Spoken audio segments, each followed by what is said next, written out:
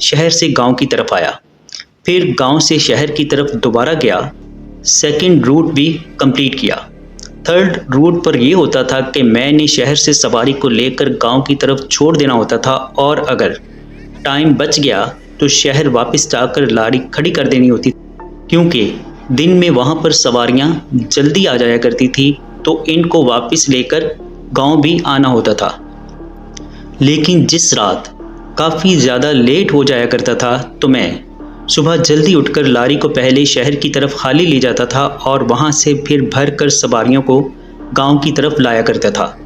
اب جب 2 round complete ہو چکے تھے اور تیسرے راؤنڈ کے لیے میں نے اڈے پر لاری کو لگایا ہوا تھا تو سواریاں آ کر بیٹھنے لگی، اور عام دنوں کی نسبت سواریاں کافی زیادہ کم تھیں۔ تقریباً 5 سے 6 بندے صرف آ کر لاری میں بیٹھے تھے، اور ان کو ٹکٹ بھی کنڈکٹر کاٹ کر دیتا تھا۔ جب لاسٹ کا راؤنڈ ہوتا تھا، مطلب لاسٹ کا پھیرا ہوتا تھا، تو اس میں کنڈکٹر ٹکٹیں کاٹ کر اتر جایا کرتا تھا، اور بس مجھے سواریوں کو ان کی ڈیسٹینیشن پر اتارنا ہوتا تھا۔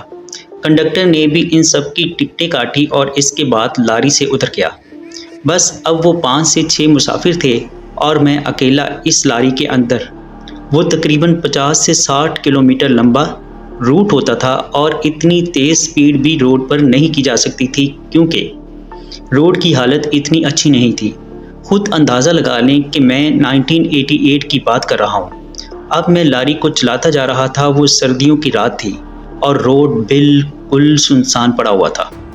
وہ رات کے تقریباً 8:30 بجے کا ٹائم تھا، اور اس ٹائم تک گاؤں بالکل ویران ہو جایا کرتے ہیں۔ 2 سواریاں جو سب سے پہلے والا چک نمبر آیا اس میں اتر گئیں، باقی 4 سواریاں بھی نیکسٹ اسٹیشن پر اتر گئیں۔ اس کے بعد لاری میں بس ایک سواری بچی اور میں اکیلا۔ اس کا سٹاپ لاسٹ ہی تھا، مطلب میرے گاؤں والا سٹاپ تھا جہاں پر مجھے لاری کو جا کر کھڑا کرنا تھا، اور اس سے آگے کوئی سٹاپ نہ تھا۔ اب میں لاری کو چلاتا جا رہا تھا۔ سڑک کے دونوں طرف ہلکی ہلکی روشنی پڑ رہی تھی، اور لاری کی لائٹ میں ہی بس ہلکا ہلکا نظر آ رہا تھا۔ اسی لاری کی لائٹ میں مجھے محسوس ہوا کہ سامنے سے کوئی چیز آ رہی ہے۔ اس کی بھی لائٹس آن تھیں۔ تھوڑا قریب جانے پر پتہ چلا کہ وہ کوئی ٹرک ہے، جس طرح کے ٹرک 19 کے دور میں چلا کرتے تھے۔ لکڑی کے بنے ہوئے ان کے کاکپٹ جس طرح کے ہوتے ہیں بالکل ویسے ہی تھے۔ آگے ایک لمبی سی چھت بنی ہوئی ہوتی تھی۔ اب وہ ٹرک جب میرے پاس سے گزرا تو ٹرک والا میری طرف دیکھ رہا تھا، حالانکہ اتنا کچھ واضح نظر نہیں آ رہا تھا۔ جہاں پر میں بیٹھ کر لاری چلا رہا تھا اس کے اندر ایک چھوٹا سا بلب جلا ہوا تھا، یلو کلر کی لائٹ تھی۔ بالکل وہ ٹرک کے اندر بھی ایسا ہی ایک بلب لگا ہوا تھا۔ جب ٹرک والے نے میری طرف دیکھا تو ایسا لگا وہ مجھے دیکھ کر کافی زیادہ پریشان ہوا ہے اور اس کے رنگ اڑ گئے ہیں، لیکن اس کے رنگ کیوں اڑ رہے تھے میں نہیں جانتا تھا۔ لہٰذا میں نے اپنی ڈرائیونگ پر دھیان دیا اور لاری کو چلاتا رہا۔ ابھی مجھے اپنی منزل پر پہنچنے میں 30 سے 35 کلومیٹر کا راستہ رہتا تھا کہ پیچھے سے ایک زوردار دھماکے کی آواز آئی۔ اس کے بعد لاری زور زور سے ہچکولے کھانے لگی۔ بڑی مشکل سے میں نے اس کے اوپر کنٹرول کیا، اور وہ کنٹرول بھی میں بس اسی وجہ سے کر پایا تھا کیونکہ لاری کی سپیڈ اتنی زیادہ نہیں تھی۔ ایک دفعہ کو تو میرا جسم بالکل ٹھنڈا پڑ چکا تھا اور میرے ہاتھ کانپ رہے تھے کیونکہ ابھی ایک بڑا حادثہ ہوتے ہوتے بچا تھا۔ میں نے پیچھے سے سواری کی طرف دیکھا اور اس کو کہا کہ آپ ٹھیک ہیں؟ تو اس نے آگے سے کوئی جواب نہ دیا، بس میری طرف ایک نظر دیکھا اور پھر آنکھیں نیچے کر کر بیٹھا رہا۔ میں نے کہا کیا عجیب قسم کا بندہ ہے، اس کو تو ذرا بھی ڈر نہیں لگا، اور اس نے کوئی جواب بھی نہیں دیا۔ لہٰذا میں لاری سے نیچے اترتے ہوئے اسے کہنے لگا کہ بس ٹائر پنکچر ہوا ہے، میں سٹپنی لگا لوں، اس کے ساتھ بعد میں آگے روانہ ہوں گے۔ اور لاری کے پیچھے سے سٹپنی ٹائر اتارنے کے بعد ٹائر کو چینج کرنے لگا۔ گاڑی کے سکرو کھولنے میں کافی زیادہ مشکل ہو رہی تھی تو میں نے سواری کو اندر سے آواز دی۔ میں نے کہا برائے مہربانی کیا بھائی صاحب آپ باہر آ سکتے ہیں؟ معذرت کے ساتھ میرے سے ٹائر کے نٹس نہیں کھل رہے تو آپ کو میرے ساتھ زور لگانا پڑے گا۔ تو اس نے آگے سے جواب دیا کہ اس کام کے لیے بھی تمہیں 2 بندوں کی ضرورت ہے۔ ہٹو، میں تو یہ اکیلا ہی کر لوں گا۔ اس کی یہ بات سن کر میں آگے سے کچھ نہ بولا اور وہ گاڑی سے اترتا ہوا نیچے کی طرف آ گیا، اور وہ بالکل ایسے چل رہا تھا جیسے اس کے اندر سریا ہو اور اس کے کوئی بھی جوڑ موو نہ کر رہے ہوں۔ بالکل سیدھے ہاتھ ہلاتا ہوا ٹانگوں کو بالکل سیدھا رکھتے ہوئے آ رہا تھا۔ تو میں نے اس سے پوچھا کہ بھائی جان، آپ کی ٹانگوں یا ہاتھوں میں کوئی مسئلہ ہے؟ تو اس نے میری طرف غصے سے دیکھا اور پھر نیچے چوکڑی مار کر بیٹھ گیا۔ حالانکہ اس نے بالکل سفید رنگ کے کپڑے پہنے ہوئے تھے، لیکن وہ مٹی پر بیٹھ گیا۔ میں نے کہا، آپ ایسے مت بیٹھیں، آپ کے کپڑے خراب ہو جائیں گے۔ اس نے آگے سے پھر کوئی جواب نہ دیا اور ٹائر کے نٹ کھولنے لگا۔ مجھے پیچھے کر دیا اور ایک ہی جھٹکے میں اس نے تمام نٹس لوز کر دیے۔ پتہ نہیں اس میں اتنا زور کہاں سے آیا تھا۔ حالانکہ وہ میرے سے بھی کافی زیادہ کمزور لگ رہا تھا، لیکن اس کے اندر زور بہت زیادہ تھا، اور مجھے تو جو میں دیکھ رہا تھا اس پر یقین نہیں ہو رہا تھا، کیونکہ نٹس بالکل جام تھے اور کھلنے کا نام ہی نہیں لے رہے تھے۔ وہ اکیلا کیسے کھول سکتا تھا؟ اس نے جلدی سے مجھے نٹ لوز کر کے دیے اور بغیر کچھ بولے سڑک کی دوسری طرف جھاڑیوں کے اندر چلا گیا۔ میں نے سوچا ہو سکتا ہے وہ واش روم وغیرہ کرنے گیا ہوگا۔ میں نے بھی اس پر دھیان نہ دیا۔ میں نے جلدی سے ٹائر کو چینج کیا، دوسرے ٹائر کو پیچھے رکھا اور سواری کو آواز دی۔ مجھے ٹائر چینج کرنے میں تقریباً 10 سے 12 منٹ تو لگے ہی تھے، لیکن وہ ابھی تک وہاں سے واپس نہیں آیا تھا۔ میں نے اس کو کافی اونچی آوازیں دی تھی، لیکن وہ دور تک نظر نہیں آ رہا تھا۔ میرے پاس بھی کوئی ٹارچ لائٹ موجود نہ تھی کہ اتنی دیر میں مجھے ان جھاڑیوں کے اندر سے پرندوں کے اڑنے کی آواز آئی۔ حالانکہ رات کے ٹائم پرندے کہاں سے آئے، لیکن کافی سارے پرندے وہاں سے اڑ رہے تھے۔ ان کے پر ہلنے کی جیسے آواز آتی ہے، بالکل ویسی آوازیں تھیں، اور ایسے لگ رہا تھا کہ وہ پرندے کافی زیادہ جلدی میں ہیں۔ یہ آواز آنے کے بعد دور سے مجھے جھاڑیاں ہلتی ہوئی دکھائی دینے لگی، ہلکی کیونکہ دھند اور اس کالی رات کی وجہ سے اتنا صاف کچھ نظر نہیں آ رہا تھا۔ پھر دور سے نظر آیا کہ وہی شخص چلتا ہوا لاری کی طرف آ رہا ہے، اور وہ آ کر سیدھا لاری کی انٹرنس والی جگہ پر جانے لگا اور اس کے اندر جا کر اپنی سیٹ پر بیٹھ گیا۔ میں نے کہا، حیرت ہے یار، کتنا عجیب بندہ ہے، اس میں غرور تو چیک کرو، منہ ہی نہیں لگا رہا۔ خیر، میں نے بھی اس پر دھیان نہ دیا اور میں نے کہا کہ رئیس ہوگا اور امیر زادہ ہوگا تو اپنے گھر میں ہوگا۔ میں بھی ڈرائیونگ سیٹ پر جا کر بیٹھ گیا اور گاڑی کو چلانے لگا۔ پہلے بھی میں آپ کو بتا چکا ہوں کہ ابھی 30 سے 35 کلومیٹر کا راستہ رہتا تھا اور گاڑی کا ٹائر پنکچر ہونے کی وجہ سے 9:30 بجنے والے تھے، اور میں بھی کافی زیادہ تھک چکا تھا، مجھے کافی زیادہ نیند آ رہی تھی۔ اب مجھے پیچھے لاری میں سے کافی عجیب قسم کی آوازیں آنے لگی تھی، جیسے کوئی جانور بھونکتا ہے یا پھر ہراتا ہے۔ ایک دفعہ کو تو میں نے لاری کی سپیڈ آہستہ کر کے پیچھے آواز پر دھیان دینے کی کوشش بھی کی، لیکن پیچھے ایسا کچھ بھی نہیں تھا، بس وہ اکیلی سواری بیٹھی ہوئی تھی، اور پہلے تو پیچھے لاری کی لائٹس آن تھی، اب وہ لائٹس بھی خود بخود بالکل ڈم ہوتی جا رہی تھی، اور یہ خرچہ بھی میرے سر آن پڑا تھا، کیونکہ ٹھیکیدار مجھے ضرور پوچھتا کہ گاڑی کی لائٹس خراب ہوئیں تو ہوئی کیسے، کیونکہ ابھی کچھ دن پہلے ہی گاڑی کا سارا کام ہوا تھا۔ لیکن اس ہلکی روشنی کے اندر مجھے نظر آ رہا تھا کہ سواری بیٹھی ہوئی ہے، وہ اپنی سیٹ سے کافی اونچی ہو کر بیٹھی ہوئی ہے، تو میں نے سوچا ہو سکتا ہے وہ دوسری طرح بیٹھا ہو، بلکہ چوکڑی مار کر سیٹ کے اوپر ہی بیٹھا ہوا ہو۔ میں نے اس پر بھی دھیان نہ دیا۔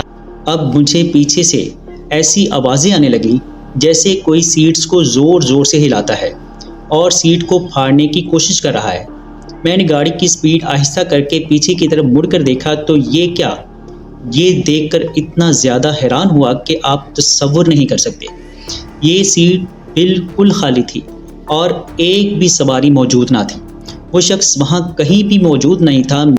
میں نے سوچا کہ یہ نہ ہو کہ وہ نیچے سے کوئی بس کی چیزیں وغیرہ کھول رہا ہو اور کچھ چرانے کی کوشش کر رہا ہو، کیونکہ بس میں لوہے کی چیزیں لگی ہوتی ہیں، لاری میں اگر آپ نے یا آپ کے بڑوں میں سے کسی نے سفر کیا ہو تو وہ جانتے ہوں گے کہ سیٹس یا پچھلے ڈورز کے ساتھ لوہے کی کافی زیادہ چیزیں لگی ہوتی ہیں جس کو بیچا جا سکتا ہے کھول کر۔ تو میں نے لاری کو جلدی سے روکا اور لاری کو روک کر میں پیچھے کی طرف جانے لگا کہ دیکھوں تو صحیح وہ نیچے بیٹھ کر کیا کر رہا ہے، لیکن میں نے پوری لاری چھان ماری اور اس شخص کا نام و نشان کہیں نہ تھا۔ یہ دیکھ کر میں کافی زیادہ خوفزدہ ہو گیا۔ جس دور کی میں بات کر رہا ہوں، ایسے دور میں کئی ایسی کہانیاں فیمس ہوا کرتی تھی کہ یہ فلاں جگہ پر کسی چیز کا سایہ ہے اور فلاں جگہ کافی زیادہ بھاری ہے، لیکن میں نے اپنے اس کیریئر میں جب سے میں یہ لاری چلانا شروع ہوا تھا ایسا کچھ بھی محسوس نہیں کیا تھا۔ بے شک بچپن میں میرے ساتھ ایک دو ایسے واقعات ہوئے تھے جو کہ میرے اپنے گاؤں کے اندر ہی ہوئے تھے، لیکن اس کے بعد میرے ساتھ کبھی بھی کچھ بھی ایسا نہیں ہوا تھا۔ اور اس سفر جتنے بھی میں نے کیے تھے ان کے دوران تو خاص کر میرے ساتھ کچھ بھی کبھی بھی ایسا کچھ نہیں ہوا تھا، لیکن آج جو میرے ساتھ ہو رہا تھا وہ کافی زیادہ ان ریئل تھا، جس پر میرا یقین کرنے کو دل نہیں کر رہا تھا۔ میں دل کو یہی سمجھا رہا تھا کہ سواریاں تھی ہی اتنی جو میں اتار آیا ہوں، لیکن میرا دماغ ماننے پر راضی نہیں ہو رہا تھا، کیونکہ ایک سواری بیچ میں تھی جس نے اینڈ تک جانا تھا۔ میں نے سارا کرایہ گنا تو واقعی اس میں ایک سواری کا اینڈ تک کا کرایہ بھی میرے پاس موجود تھا۔ میں بہت زیادہ خوفزدہ ہونے لگا اور اسی پینک سچویشن میں ڈرائیونگ سیٹ پر بیٹھ کر بس کو زور سے آگے بڑھانے لگا۔ ابھی بھی 27-28 کلومیٹر کا راستہ رہتا تھا۔ میں نے نہ کوئی جمپ دیکھا نہ کھڈا، کچھ نہ دیکھا، اس لاری کو بھگاتا گیا۔ اب مجھے لاری کی لائٹس میں ہلکا ہلکا نظر آیا کہ لاری کے بالکل سامنے دور کر کے کوئی کھڑا ہوا ہے۔ میں نے سپیڈ کو تھوڑا آہستہ کیا اور جب اس شخص کے پاس پہنچا تو اس کا منہ دوسری طرف تھا۔ اس نے بھی بالکل اس شخص کی طرح وائٹ کپڑے پہنے ہوئے تھے۔ اس نے میری طرف دیکھا لیکن اس کی شکل بالکل اس سے مختلف تھی اور میری طرف ہاتھ کا اشارہ کرنے لگا۔ ایسا لگ رہا تھا وہ مجھ سے لفٹ مانگ رہا ہے یا بس روک کر اندر بیٹھنے کا کہہ رہا ہے۔ میں نے بس کو روکا اور اس کو اندر آنے کی اجازت دے دی۔ اس زمانے میں ہمارے پاس روڈ پر کوئی اتنی چوریاں وغیرہ نہیں ہوا کرتی تھی اور نہ ہی ڈکیتیاں، اس لیے اس چیز کا خطرہ نہیں ہوا کرتا تھا۔ ویسے بھی میرے پاس میرا ایک اپنا ذاتی پسٹل موجود تھا جو کہ ہر ٹائم میری سیٹ کے ساتھ پڑا رہتا تھا، اس لیے میں نے اس کو اندر آنے کی اجازت دے دی تھی۔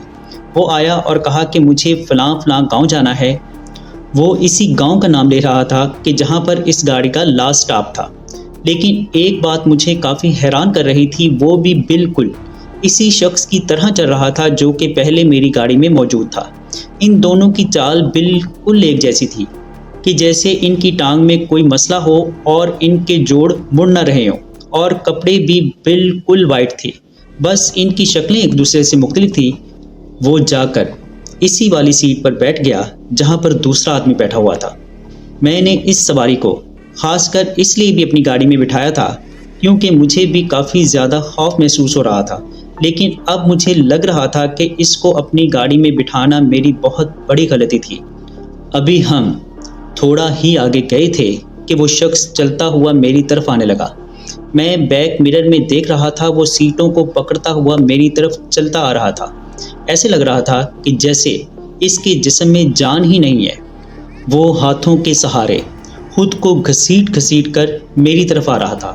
میں نے بھی اپنی پسٹل کو اپنے ہاتھ میں رکھ لیا کہ کسی بھی ناخوشگوار واقعے کی صورت میں میں اپنی جان بچانے کے لیے اس پر حملہ کر دوں گا۔ وہ میرے پاس آتا جا رہا تھا۔ میں نے بھی گاڑی کی سپیڈ سلو کرتے کرتے بالکل روک دی اور گاڑی سائڈ پر لگا دی۔ اب جیسے ہی میں اپنی سیٹ سے اٹھا اور اس سے پوچھنے لگا کہ اس کے ساتھ کیا مسئلہ ہے، وہ کیوں اس طرح میری طرف بڑھ رہا ہے، تو دیکھتا کیا ہوں کہ اس کی شکل بالکل بدل چکی تھی۔ وہ کسی خوفناک وحشی کی طرح زور زور سے ہنسنے لگا تھا۔ اس نے کہا، میں شہر سے ہی تیرا پیچھا کر رہا ہوں اور میں کئی دفعہ تیری گاڑی میں سفر کر چکا ہوں، لیکن آج کا دن میرے لیے کافی مقدس ہے اور آج میں تیری جان لے لوں گا۔ کھا بھی جاؤں گا اور تجھے اپنے شیطان کی راہ میں قربان بھی کر دوں گا۔ اس کی یہ بات سن کر میرا دل منہ کونے لگا۔ میں نے اس پر فائرنگ کرنا سٹارٹ کیا لیکن اس پر کوئی اثر نہیں ہو رہا تھا۔ وہ اور زیادہ زور سے ہنسنے لگا اور کہنے لگا کہ کیا تیری دنیاوی یہ چیز مجھ پر کوئی اثر کرے گی؟ ممکن ہی نہیں، تیری جان آج مجھ سے کوئی نہیں بچا سکتا۔ اس کی شکل کافی زیادہ فوبل ہو رہی تھی، مطلب جیسے پانی ہوتا ہے، بالکل اس کی شکل اس طرح لہروں کی شکل اختیار کر رہی تھی اور اس کا پورا جسم جل رہا تھا جیسے اس کے کپڑوں پر آگ لگی ہوئی ہو، لیکن اس کے کپڑے جل نہیں رہے تھے۔ لیکن اس کی شکل ہی اتنی بھیانک تھی کہ کوئی اس منظر کو برداشت نہیں کر سکتا۔ یہ میری ہمت تھی کہ میں نے اس منظر کو برداشت کیا۔ میں نے جلدی سے لاری کا دروازہ کھولا اور لاری سے باہر نکلتے نکلتے میرا سیڑھیوں سے پاؤں اڑا اور میں نیچے گر گیا۔ پسٹل ابھی بھی میرے ہاتھ میں تھا۔ میں پسٹل کو بوکھلاہٹ میں اس کی طرف کرتے ہوئے پیچھے کی طرف بھاگنے لگا اور پھر سیدھا ہو کر اسی طرف کو بھاگنے لگا جس طرف کو میرا گاؤں تھا، چک نمبر 93، جو کہ اگلا سٹاپ تھا۔ وہ بھی بس تھوڑا ہی دور تھا۔ میں نے کہا کہ بس کسی طریقے سے میں وہاں پہنچ جاؤں، ایک دفعہ تو میری جان بچ جائے گی۔ اب دیکھتا کیا ہوں کہ وہ چیز میرے پیچھے نہیں آ رہی تھی بلکہ پوری کی پوری لاری ہی میرے پیچھے آ رہی تھی۔ اس کو کوئی چلا بھی نہیں رہا تھا، اس کے اندر سے نظر آ رہا تھا، لیکن وہ ہلکی ہلکی سپیڈ میں میری طرف بڑھ رہی تھی۔ زور زور کا ہارن بج رہا تھا۔ آپ ذرا تصور کریں کہ آپ ایک ایسے روڈ پر موجود ہوں جو کہ کافی زیادہ تنگ روڈ ہو اور دونوں طرف درخت، کھلا میدان، سردیوں کی رات، ہلکی ہلکی دھند پڑ رہی ہو اور اتنی بڑی لاری خود بخود آپ کے پیچھے آ رہی ہو۔ یہ منظر اپنے دماغ میں رکھ کر دیکھیں تو آپ کو پتہ چلے گا کہ میں اس رات کیسا سین برداشت کر رہا تھا اور میرا دل کیسے دھڑک رہا تھا، میری کیا حالت ہو رہی تھی۔ وہ چیز میرے قریب آتی جا رہی تھی اور لگ تو یوں رہا تھا کہ وہ مجھے اس لاری کے نیچے دینا چاہتی ہے۔ میں بھی سائیڈ میں ہو کر جنگل کی طرف اتر گیا اور وہاں سے آگے بھاگنے لگا تاکہ وہ لاری میرا پیچھا نہ کر سکے۔ اب میں نے پیچھے دیکھا تو وہ لاری ایک ہی جگہ رکی ہوئی تھی، اس کی ہیڈ لائٹس آن تھی۔ اس کی ہیڈ لائٹس میں نظر آ رہا تھا کہ وہ جو بھی چیز تھی وہ اس طریقے سے رینگتے ہوئے میری طرف آ رہی تھی جیسے کوئی سانپ رینگتا ہے، بالکل اسی طرح سے اپنے پیٹ کے بل رینگتی ہوئی کافی تیزی سے میرے پیچھے آ رہی تھی۔ میں نے اللہ تعالیٰ کو یاد کرنا شروع کر دیا اور آیت الکرسی پڑھنا سٹارٹ کی اور میں نے کہا جو مرضی ہو جائے پیچھے مڑ کر نہیں دیکھوں گا۔ میں چک نمبر 93 سے تھوڑا ہی دور تھا کہ چک نمبر 93 سے پہلے جو قبرستان آتا ہے، میں اس کے بالکل سامنے پہنچ چکا تھا اور میں نے یہ بات سن رکھی تھی کہ اگر تم لوگ کہیں پر اکیلے ہو، پناہ کی کوئی جگہ نہ ہو تو قبرستان میں پناہ لینی چاہیے، اللہ خود حفاظت کرتا ہے۔ میں آیت الکرسی پڑھتا ہوا قبرستان کے اندر گھس گیا تو دیکھتا کیا ہوں کہ وہ چیز قبرستان کے باہر تک تو آئی، اس کے بعد قبرستان کے باہر ہی منڈلانے لگی لیکن اندر نہیں آ رہی تھی۔ میں بھی نیچے زمین پر چوکڑی مار کر بیٹھ گیا اور زور زور سے کلمہ طیبہ اور آیت الکرسی کا ورد کرنے لگا، بہت زیادہ زور سے کہ میری آواز سن کر ساتھ ہی ایک چھوٹی سی جھونپڑی میں موجود ایک شخص باہر نکلا جس کی عمر تقریباً 60 سے 65 سال ہوگی، کافی بزرگ تھا، اور وہ جلدی سے میرے پاس آیا اور میرے سر پر ہاتھ پھیر کر کہنے لگا، بیٹا کیا ہوا ہے؟ تو میں نے اس کو کہا کہ کوئی غیبی طاقت میرا پیچھا کر رہی ہے اور میری جان لینا چاہتی ہے۔ تو اس نے کہا کہ تمہارا اس ٹائم اس قبرستان سے باہر نکلنا ٹھیک نہیں ہے۔ میں اس قبرستان کا گورکن ہوں اور یہاں کی حفاظت کرتا ہوں، یہاں کی قبروں کی اور دیکھ بھال کیا کرتا ہوں۔ تم ایسا کرو کہ تم میری جھونپڑی میں میرے ساتھ اندر آ جاؤ۔ وہ مجھے اپنی جھونپڑی میں اپنے ساتھ لے گیا۔ مجھے کافی زیادہ سردی لگنے لگی تھی۔ اس نے مجھے جلدی سے پانی پلایا، اس کے بعد مجھے ایک بستر اوڑھنے کو دیا، خود بھی ایک بستر اوڑھا اور انگیٹھی میں جو آگ جل رہی تھی اس کو تیز کیا۔ کہنے لگا کہ بس پرسکون ہو کر سو جاؤ، میرے پاس ایسی کافی ساری آیات ہیں جو مجھے آتی ہیں، وہ میں پڑھتا ہوں، تم بے فکر ہو کر سو جاؤ، وہ چیز تمہیں نقصان نہیں پہنچا پائے گی۔ لیکن اس رات نیند کہاں آنی تھی؟ میری طبیعت بھی بہت زیادہ خراب ہونے لگی تھی، مجھے کافی تیز بخار ہونے لگا تھا۔ اتنی دیر میں صبح کی اذانیں ہونے لگی، فجر کا ٹائم ہو چکا تھا۔ وہ بزرگ ابھی بھی کچھ نہ کچھ پڑھ رہے تھے۔ میں ان کو دیکھ رہا تھا۔ جیسے ہی صبح کی اذانیں ہوئی تو ایسا لگا کہ میرے دل کو کافی سکون مل چکا ہے، اور میں اپنی چارپائی سے اٹھ کر بیٹھ گیا۔ حالانکہ ابھی بھی مجھے ہلکا ہلکا بخار تھا اور میرے جسم میں کافی زیادہ پین ہو رہی تھی، لیکن اب میں اٹھ کر بیٹھ چکا تھا۔ تو بزرگ نے مجھ سے پوچھا کہ تم کس گاؤں کے ہو؟ تو میں نے ان کو اپنا سارا واقعہ بتانے کے بعد اپنا ایڈریس بتایا۔ تو اس کے بعد انہوں نے مجھے میرے گاؤں تک چھوڑا۔ گاؤں چھوڑنے کے بعد انہوں نے سب کچھ میرے گاؤں والوں کو، میرے ابو کو بتایا اور وہاں کے بزرگوں کو بھی بتایا۔ تو میرے گاؤں کے بزرگ بھی اس چیز کے بارے میں جانتے تھے۔ اکثر یہ تانگے میں بھی کئی لوگوں کو پریشان کر چکی تھی اور کئی لوگوں کو مار بھی چکی تھی۔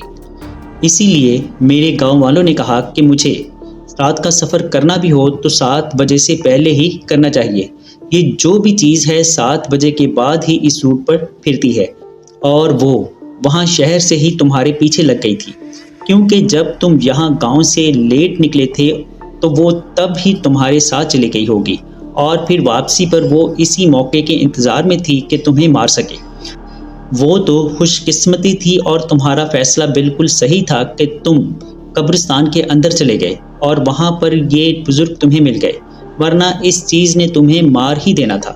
اس کے بعد میں نے اپنے گھر والوں کو بھیج کر اپنی لاری کو گاؤں میں منگوایا اور اس کو اس کے ٹھیکیدار کے حوالے کیا، کیونکہ ہفتہ 1.5 ہفتہ تو مجھے یقین تھا کہ میں لاری نہیں چلا سکتا۔ میری طبیعت بہت زیادہ خراب ہو گئی تھی۔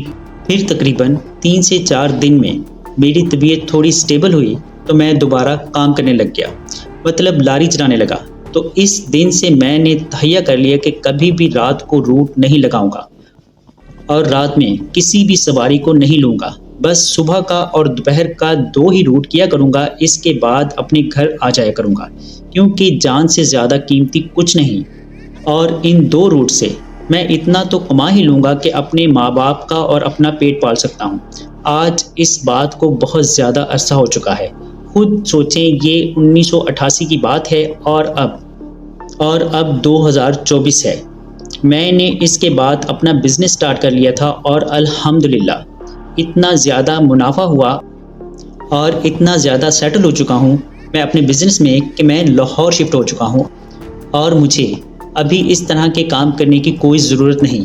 اچھا خاصا لائف سٹائل مینٹین ہو رہا ہے، لیکن یہ واقعہ اور وہ دن مجھے آج تک نہیں بھولتا۔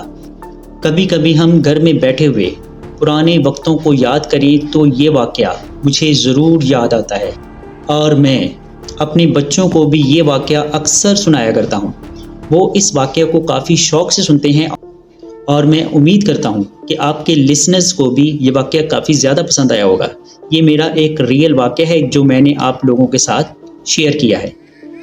بہت شکریہ علی اصغر بھائی آپ کا۔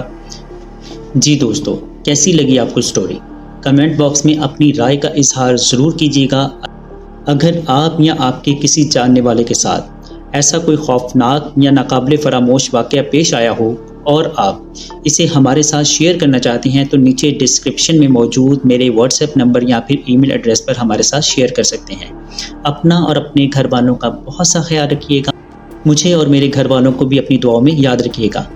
اللہ نے چاہا تو ملتے ہیں کسی اور خوفناک سٹوری میں، تب تک کے لیے اللہ حافظ۔